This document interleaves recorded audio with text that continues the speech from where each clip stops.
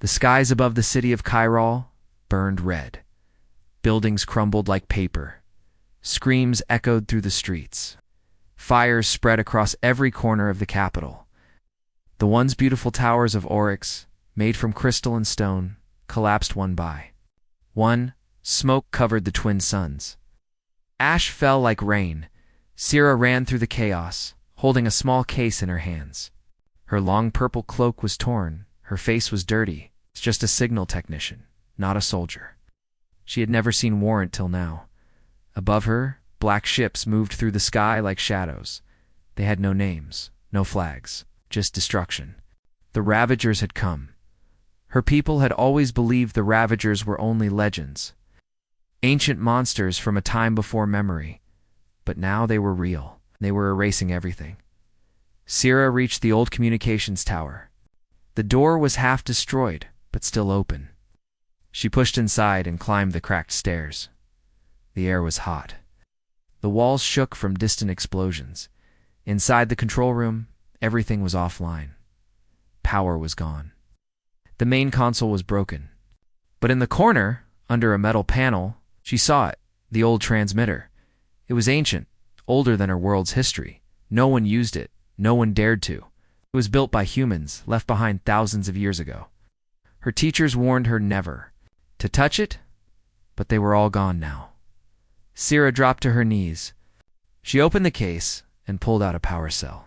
It was unstable, almost burned out, but it would have to work. She connected the cell to the transmitter and waited. Nothing happened. Then light. A low hum.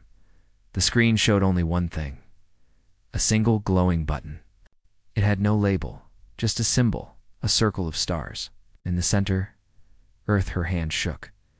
Her world was dying. Her people were screaming. She had no other choice. She pressed the button, far away in the Sol system, on the frozen moon of Europa. Something blinked for the first time in 300 years. Inside a hidden base under Europa's ice, ancient systems came online. Cold lights turned green. Doors opened in the darkness. Robotic arms moved silently across panels. An AI core lit up, its voice speaking for the first time in centuries. Distress signal received. Origin: Oryx. Classification: Level Black. Earth intervention required. The message spread like fire across hidden satellites. It reached Earth, Mars, even the forgotten stations beyond Pluto. Old machines woke. Secret ships powered up. Deep in the Atlantic Ocean, a vault door opened. Inside, in rows of cryopods, soldiers slept, heroes of past wars, legends, the fleet that had once ended a galactic war in 3 days. Their ships were rusted, but powerful. Their names were still feared. And now, someone had called them again. Back on Oryx, the sky cracked with thunder as another bomb hit the city. Syrah stayed inside the tower, watching the flames rise. She didn't know if her message had worked. Maybe it was too late then. Something strange happened. All the Ravager ships stopped. They hovered in the sky, silent. For a moment, everything froze. Even the fires seemed to wait. A new sound came from above, a deep vibration like a storm behind. The stars. Syrah ran to the rooftop. In the sky, something massive moved. Not Ravagers, something else. A dark line stretched across the horizon. Then, light bright and white, it's cutting through clouds and smoke. Ships, hundreds of them. Sleek, silent, covered in ancient metal. Each one had the same mark, the circle of stars. They didn't send a message. They didn't ask questions. They opened fire. Blue beams of energy struck the Ravager ships. In seconds, half of them were gone. The rest tried to run, but the human fleet moved faster. Their weapons tore through shields. Their fighters flew like lightning. Syrah dropped to her knees. She was crying, but not in fear. For the first time in days, she felt hope. The legends were real. Earth had answered. Cold wind blew over the icy wasteland of Antarctica, below the surface. Hidden deep under layers of frozen rock, machines hummed to life. Lights flickered on inside an ancient facility, one not listed on any map, not even Earth's most secret networks. The vault had opened. Dr. Lena Voss stood inside a metal elevator, slowly descending into darkness. She held a data pad in one hand and a pistol in the other. Her breath came out in clouds. The further she went, the older everything felt. Walls were covered in dust. Pipes hissed. Screens glowed faintly with blue light. She was not alone. 5 soldiers stood behind her, silent, nervous. Even they didn't know what they were guarding. Orders came straight from Earth Defense Command. Activate Site 0. No explanation, Lena had spent her life studying lost Earth technologies. She had seen strange things, but nothing prepared her for what waited in the deep. The elevator stopped. A large door stood ahead, sealed with 3 layers of code. She entered the password manually, hand shaking. The locks opened with a heavy click. The chamber beyond was massive. It stretched out into the darkness. Wider than any stadium, taller than any skyscraper, and inside it were ships. Hundreds of them, row after row of black and silver starcraft, perfectly preserved, floating above the floor. They looked nothing like modern ships. No visible engines, no control decks. Just smooth, sharp bodies covered in alien-looking symbols. These were Earth's first warships. The ones built in secret during the Old War. The ones said to be unstoppable. Ghost Fleet. They're real, whispered one soldier. No one believed they were, Lena replied. Above the ships, glowing letters blinked into existence. Omega Protocol initiated. Earth Fleet reawakening. One by one, the ships began to power up. Energy fields activated. Lights ran across their hulls like veins. Some of them even moved without sound, without heat, and deep beneath the chamber. In another vault far below, the cryopods began to open. Inside each pod, a pilot, men and women from another time. Warriors who fought the last Ravager War, heroes who vanished after their final battle. All preserved, hidden from history. Captain Railthorn was the first to wake. He gasped as cold air hit his lungs. His body trembled, muscles ached, but his eyes were sharp. He looked around, familiar lights, familiar symbols. And one unfamiliar face, Dr. Lena Voss. Where are we? He asked. Earth, she said. The vault. You've been asleep. For 300 years, Thorn looked confused for a moment, then focused. Why was I woken? She showed him the screen. It played a short video. Oryx burning. Girl sending a signal. Then, Earth's fleet arriving through the clouds. He watched without blinking. Then, with a quiet voice, he asked, Are the Ravagers back? Lena nodded. He stood up, slowly but firmly. Then we go to war. Alarms blared. Other pods opened. Dozens of captains woke, many shouting, many coughing, but all remembering. They were legends once. Now, they were needed again. Outside the vault, across the world, similar events were happening. In orbit above Mars, long-forgotten defense satellites lit up. On the far side of the moon, a base activated Earth's last known stealth cruiser. Even Titan Station, silent for centuries, sent a message. Fleet command restored. The stars were watching. In the Orion sector, hidden scouts from the Galactic Council saw Earth's fleet begin to move. Their reports were urgent. Their leaders panicked. Earth was supposed to be finished, said one council member. They were in hiding. Now they're waking up. Do we send peace? We send spies first. Fear spread like a virus. Across the galaxy, many remembered what humans did the last time they joined a war. No planet was untouched. The Ravagers had nearly won until Earth stopped them with weapons no one else understood. And now, Earth was no longer silent. The Ghost Fleet began to rise from beneath Antarctica. One by one, the ships launched into the sky, invisible to radar. Clouds parted. Lightning followed their engines.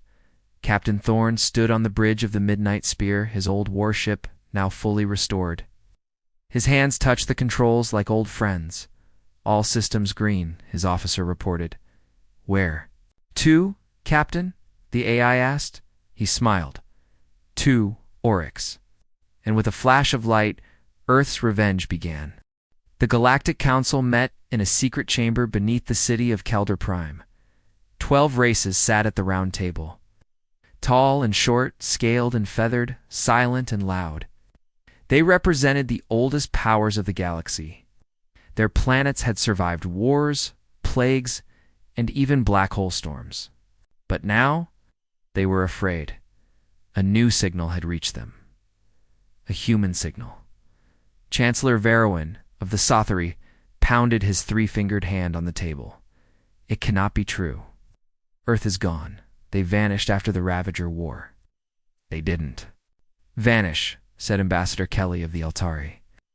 Her voice was calm, but her eyes were full of fear. They hid, and now they're back. A screen lit up in the center of the chamber. It showed what happened over Oryx. Hundreds of Ravager. Ships destroyed in minutes. Human ships moved like ghosts fast, silent, deadly. Their weapons cut through shields like paper. Their fighters vanished and reappeared without warning. The room fell silent. How many ships? Asked Grand Minister Eulor of the Trillic. Unknown, replied the AI assistant. Only 12 were confirmed, but they carried enough firepower to wipe out the entire Ravager fleet, and the Ravagers didn't even fight back, someone whispered. They tried, Kelly said. Their weapons didn't work. Their systems shut down before they fired. That's impossible, Verowyn shouted. No one can jam a Ravager fleet except Earth, said an old voice from the corner. Everyone turned. It was Archivist. Morin, the oldest living member of the council. He rarely spoke. But now his single eye glowed with ancient knowledge. I warned you this day would come, he said. When Earth left, they didn't retreat. They prepared. Murmurs rose. Around the room, prepared for what? A younger ambassador asked. For the next war, Morin said. The humans are not like us. They don't forget. They don't forgive. When the Ravagers burned their colonies centuries ago, humans didn't just mourn.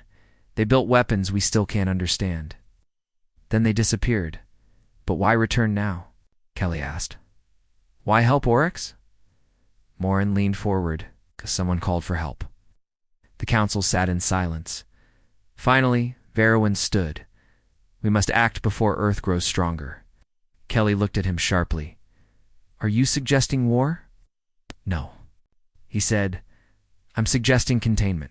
We send a fleet. Just to make sure they don't start something bigger. Earth already started something, Morin said. You just haven't seen the full storm yet. In orbit above the gas giant Coldrose, a small diplomatic fleet gathered. 5 clean, white cruisers marked with the Council's golden seal. They were peaceful ships, no heavy weapons, no stealth systems. Their mission was simple. Speak with Earth, offer peace, and find out what they wanted.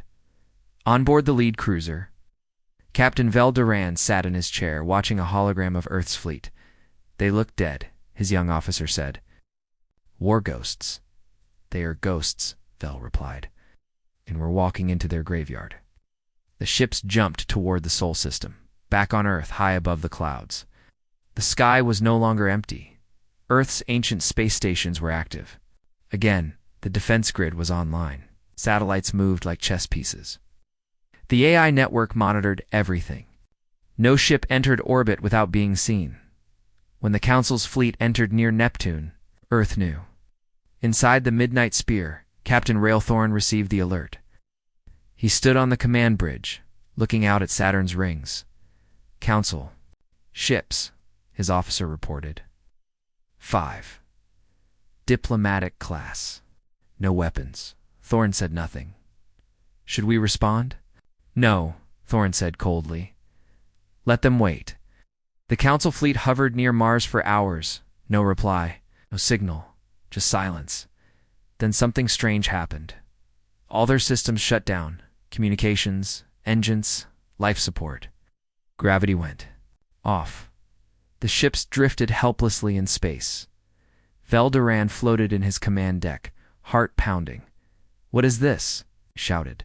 The lights blinked once, then a message appeared on every screen. We are not ready to talk, but we hear you leave.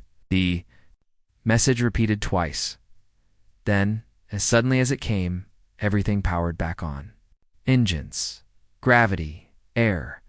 The ships turned around and left. Back at the council chamber, the message shook everyone. They disabled 5 cruisers, Verwin said. Without touching them, they let them go, Kelly added. They could have destroyed them. Morin stood again. Earth is not threatening us. Not yet. They're sending a message.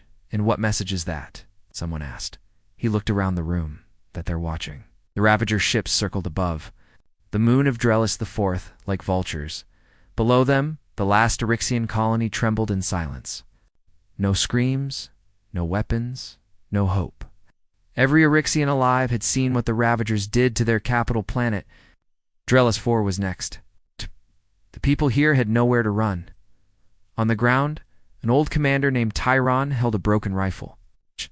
The sky and whispered to himself, "No one is coming." High above, inside the Ravager command ship Dreadmaw, the enemy prepared to strike. "We will erase this world," hissed the Ravager warlord. The targeting systems locked in. Weapons charged. Ravagers never sent warnings. They never spoke. They just destroyed. But just as the first plasma cannon began to glow, the stars blinked. A tear opened in space. Not a warp gate, not a known jump. Just out of it came something impossible. A ship, not big, not loud, but ancient. Sharp edges. Jet black dot, then another, then 100 more. They appeared without warning. No energy signatures, no sound. Just darkness and light bending around their hulls. The Ravagers paused. They scanned the ships. Unidentified. One Ravager AI said, "No known origin, no response." Then the lead human ship moved. It was the Eternal Storm, once thought lost in the last Great War. A deep pulse spread across space. All the Ravager ships shuddered. Their screens glitched. Their engines stuttered. And then the Voidfire was unleashed. From the front of the Eternal Storm, a weapon lit up. It wasn't a missile. It wasn't a beam. It was a pulse of nothing. A silent explosion of black light. When it hit the Ravager fleet, it didn't cause fire. It caused silence. Ships froze midair. Their power core stopped. Their lights went dark. Ravager warships, once proud and deadly, simply shut down and fell. Tyron, still holding his rifle on the ground, looked up and saw the stars shining again. The black ships hovered above his city like angels of war. He whispered, "They came." Inside the Eternal Storm, Commander Elias watched the results with cold eyes. He stood tall, part man, part machine. His body had been rebuilt, piece by piece. His heart still beat, but slower than before. A soldier stepped forward. Voidfire. Successful. Ravager fleet disabled. No casualties on our side. Elias said nothing. He didn't need to. He turned to his pilot. "Prepare the strike teams. I want that flagship empty." On board the Dreadmaw, chaos erupted. The Ravagers didn't know how to fight ghosts. Their systems didn't work. Their backups failed. Even their minds connected to the ship's network began to go numb. And then they boarded human drop pods, crashed through the ship's hull like meteors, silent, fast, outstepped black-armored. Warriors. Their helmets showed no faces. Their weapons made no sound. One by one, they moved through the ship. Every corridor was cleared in seconds. No mercy, no mistakes. One Ravager general tried to speak, tried to surrender. He was answered with a bullet through the head. Back on Earth, millions watched the footage. The human fleet command had released it to the public. The people, silent for so long, now cheered. These were the heroes of the past. The ones who never gave up. The ones who still fought for Earth at the United Terran Assembly. A vote was taken. Earth would not hide anymore. The fleet would stay active, and they would protect not only Earth, but any world that called for help in the outer rim of the galaxy. The Council received the battle footage with dread. The ambassador of the crane species stood up in their chamber and shouted, They didn't just defeat the Ravagers. They erased them. Chancellor Varawan shook his head. They used forbidden weapons. Void fire was banned by every race in the Treaty of Nine Suns. Kelly answered calmly, Earth never signed that treaty. But what do they want now? Another asked, silence. Because no one knew the answer, not even Earth. Back on Drellis 4, Commander Tyron stood with his people. The Eryxian flag was raised once more. For the first time in weeks, there was no smoke in the sky. It's only clean wind. It's only light. And in that light, the shadow of the human fleet stood watch, protecting. Waiting, Elias watched from orbit. His face showed no emotion. But inside, something burned. The Ravagers had returned, and now, so had Earth. Inside the medical chamber of the Eternal Storm, steam hissed from every pipe. The pod opened with a sharp metallic sound. Cold vapor escaped as Commander Elias slowly stepped out. His feet touched the steel floor. His chest rose and fell like someone returning from the dead. His eyes opened bright silver. It's not natural. It's not human anymore. The ship's AI voice echoed gently through the room. Commander Elias. Cryocycle completed. You've been asleep for 297 years. Elias did not respond right away. He looked at his reflection in the glass wall. His face was older, scarred. A large portion of his left side was metal, his arm mechanical, his spine reinforced, half human, half machine, fully warborn. He clenched his fists. Status report. He said, Ravager fleet engaged and eliminated above Drellis 4, fleet systems at 89% operational. Council activity detected in outer sectors. Elias looked down at his chest. A deep scar ran across his heart. That scar was from the last war, from the Ravagers, from the day he died. Almost, but he hadn't. Now he was back. On the bridge of the Eternal Storm, officers stood ready as Elias entered. No one saluted. No one needed to. His presence was enough. Commander, said Captain Wren, his second-in-command, we've confirmed multiple Ravager signals along the outer edge of the Kever Belt. They're building again. Elias didn't blink. Shh. The Council, they're watching. Quiet. Planning something. Of course they are, Elias said. He walked to the main screen and tapped a few controls. A map appeared, showing dozens of red dots across the edge of known space. Too many, he whispered. Wren asked quietly, You think they've been alive all this time? Elias nodded. I think we never finished the war. We just paused it. Meanwhile, on Oryx Prime, Syrah stood in a growing field of green. The planet had started to heal. With Earth's help, cities were being rebuilt. The air was cleaner. The skies no longer burned. Syrah had become a symbol, the one who called Earth. She didn't feel like a hero, just someone who pushed a button. She received a message that, morning, a name she didn't recognize, Elias, commander of the Eternal Storm. The message was short. I remember Oryx. I remember what the Ravagers did. You did the right thing. Keep your people safe. We'll keep the galaxy safe. She held the message in her hands for hours, and she looked to the stars. Someone was watching, someone who would not let them fall again.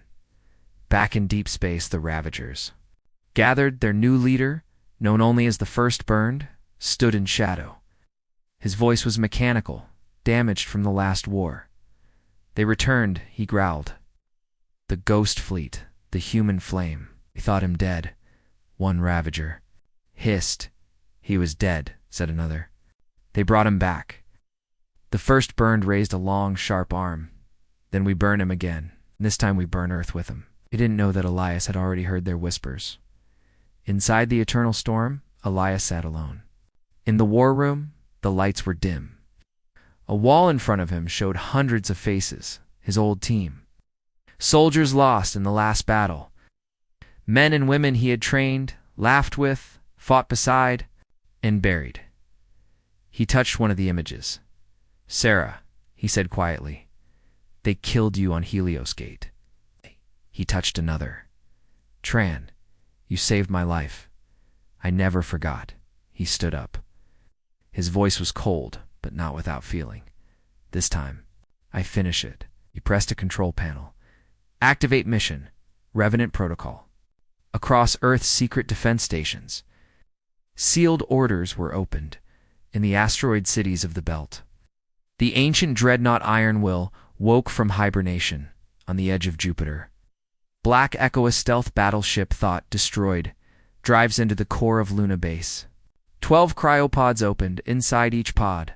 Soldiers who had volunteered for something no one else dared. They had died once before. Now, they were alive again. The galaxy had new rumors. They didn't say Earth is back. They said, he's back. Said the human who wouldn't die has returned. They said, and he's not coming to save the galaxy. He's coming to punish it. The stars over the Kever expanse seemed peaceful, but peace was an illusion. Inside a hollowed asteroid belt, the Ravagers had built a hidden fortress. A black spire miles tall, surrounded by twisted metal, dead ships, and stolen tech from 100 fallen worlds. This was their final nest, the Exile Core, and Earth had found it, on the bridge of the Eternal Storm. Commander Elias stared at the map of the fortress. The structure was protected by asteroid shields, energy fields, and gravitational distortion. Even time itself was slower near its center. Any normal fleet would be torn apart before reaching it. Elias didn't care. They built it in exile, he said. So we burn it in exile. His voice was sharp, calm, and full of promise. Captain Wren looked at him. You're going to use the exile burn, aren't you? Elias nodded. We don't have another option. The Council will call it a war crime. They call it Earth extinct once. Their words mean nothing now. Wren hesitated. Once we use it, there's no going back.